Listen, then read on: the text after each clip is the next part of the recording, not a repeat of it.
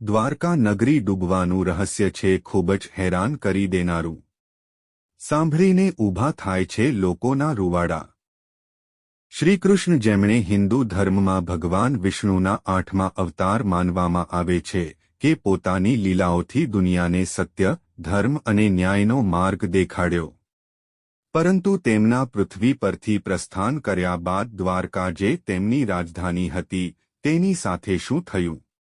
આ એક એવો સવાલ છે જે સદીઓથી લોકોના મનમાં ગુંજતો રહ્યો છે. દ્વારકાના અસ્તિત્વ અને તેના વિનાશની કહાની રહસ્યોથી ભરેલી છે અને આજે પણ ઇતિહાસ અને પુરાતત્વવિદો માટે એક ઊંડાણપૂર્વકના રિસર્ચનો વિષય બનેલો છે. દ્વારકા, જેણે કૃષ્ણની નગરીના નામથી ઓળખવામાં આવે છે. મહાભારત યુદ્ધ પછી ભગવાન શ્રીકૃષ્ણએ પોતાના જીવનની કેટલીક ક્ષણ ગુજરાતમાં, સૌરાષ્ટ્રમાં વિતાવ્યો હતો.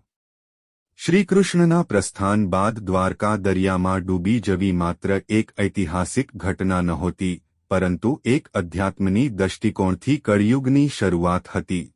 દ્વારકા, જેણે કૃષ્ણની નગરીના નામથી ઓળખાય છે, જે ગુજરાતના દરિયાકાંઠે આવેલું છે.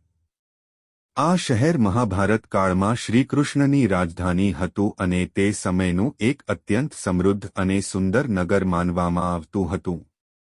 શ્રીકૃષ્ણે મથુરા છોડ્યા બાદ આ શહેરનું નિર્માણ કરાવ્યું હતું અને તે તેમના યદુવંશી વંશની રાજધાની બન્યું. શ્રીકૃષ્ણનું પ્રસ્થાન અને દ્વારકાનો વિનાશ. મહાભારત યુદ્ધ પછી શ્રીકૃષ્ણએ પોતાના જીવનની છેલ્લી ક્ષણો ગુજરાતમાં, સૌરાષ્ટ્ર વિતાવી હતી. શ્રીકૃષ્ણના નિધન મુસલ પરંપરા અનુસાર થયું, ત્યારબાદ તેમનું શરીર ધરતી પરથી અંતર્ધ્યાન થઈ ગયું. તેમના પ્રસ્થાન બાદ દ્વારકાના વિનાશની ભવિષ્યવાણી પૂરી થઈ હતી. કહેવામાં આવે છે કે શ્રીકૃષ્ણના પ્રસ્થાન બાદ દ્વારકા ધીરે ધીરે દરિયામાં ડૂબવા લાગ્યું. મહાભારતમાં પણ આ વિનાશનું વર્ણન છે કે શ્રીકૃષ્ણના અંત પછી દ્વારકા દરિયામાં ડૂબી ગઈ. આ ઘટના ભગવાનના અવતારનું ધરતી પર સમાપ્ત હોવાનું પ્રતીક માનવામાં આવે છે. દ્વારકાના પુરાતાત્વિક અધ્યયન.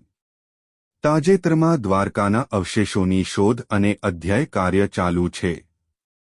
1980ના દશકમાં ભારતીય પુરાતત્વ સર્વેક્ષણ દ્વારા દરિયાની અંદર શોધ ચાલુ કરી હતી, જેમાં દ્વારકાના અવશેષો મળ્યા છે. આ અવશેષોમાં પથ્થરના સ્તંભ, દિવાલો અને જળમગ્ન સંરચનાઓ સામેલ છે, જે એ સંકેત આપે છે કે ક્યારેક અહીં સમૃદ્ધ અને વિશાળ નગરી હશે. શ્રીકૃષ્ણના પ્રસ્થાન બાદ દ્વારકા દરિયામાં ડૂબી જવી માત્ર એક ઐતિહાસિક ઘટના નથી, પરંતુ અધ્યાત્મ દૃષ્ટિકોણથી કળિયુગની શરૂઆત હતી. શ્રીકૃષ્ણના ધરતીગમન બાદ કળિયુગ અને તેનો દુષ્પરિણામ જોવા મળ્યા હતા.